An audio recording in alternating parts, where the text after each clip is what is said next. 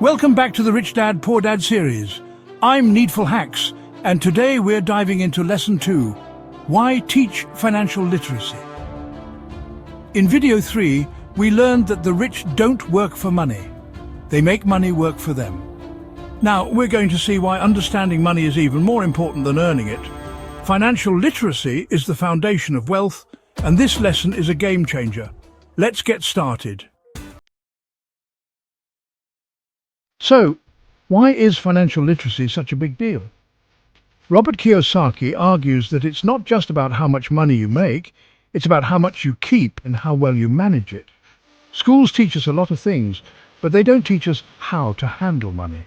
That's a problem because without financial education, even high earners can end up broke. Think about some celebrities or athletes who make millions but lose it all. The key isn't earning more.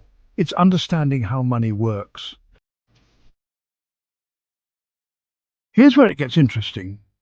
Kiyosaki introduces two key concepts: assets and liabilities. These are the building blocks of financial literacy, and they're simpler than you might think. But don't let that fool you. Mastering them can change your life. Let's break it down with Kiyosaki's famous definition. An asset puts money in my pocket, a liability takes money out of my pocket. That's it. It's not about what something is, it's about what it does to your cash flow. For example, a rental property that generates monthly income is an asset because it puts money in your pocket. But your personal home, even though it's valuable, is a liability if it's costing you money in mortgage payments, taxes and upkeep. Let's break it down with Kiyosaki's famous definition. An asset puts money in my pocket. A liability takes money out of my pocket. That's it. It's not about what something is, it's about what it does to your cash flow. For example, a rental property that generates monthly income is an asset because it puts money in your pocket. But your personal home, even though it's valuable, is a liability if it's costing you money in mortgage payments, taxes and upkeep. Here's where a lot of people get confused. We're often told that things like a house or a car are assets, but if they're draining your bank account, they're actually liabilities. The rich focus on buying assets, things that generate income, while the poor and middle class pile up liabilities, thinking they're building wealth. That's the trap Kiyosaki wants us to avoid.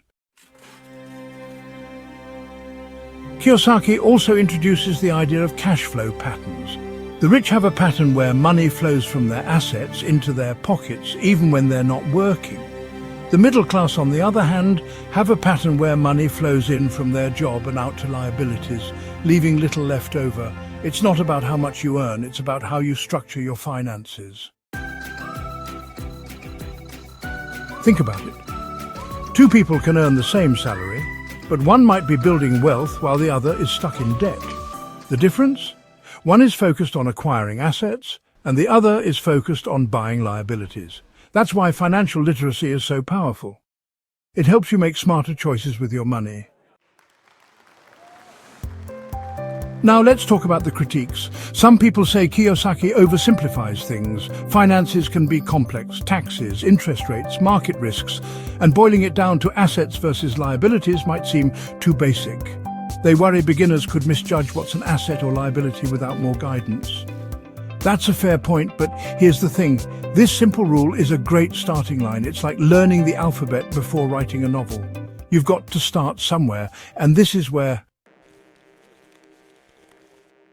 So, what's your next move? Let's make this practical. Grab a piece of paper and draw two columns, one for assets and one for liabilities. In the assets column, list things that put money in your pocket, like savings, investments or side hustles. In the liabilities column, list things that take money out, like credit card debt, car loans or your mortgage. Be honest, this is for your eyes only. Once you've got your list, ask yourself, are my assets growing my money or are my liabilities draining it? If you don't have many assets, don't worry, that's why we're here.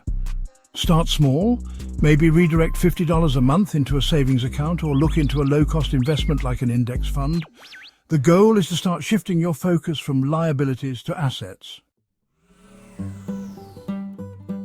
To wrap up, Lesson 2 teaches us that financial literacy is the key to building wealth. It's not about how much you make, it's about understanding assets and liabilities. The rich buy assets that generate income, while others get stuck with liabilities that drain their money. Start thinking like the rich by focusing on what puts money in your pocket.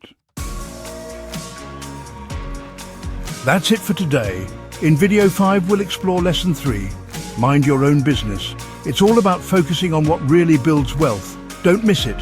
Hit subscribe and turn on notifications so you're ready when it drops.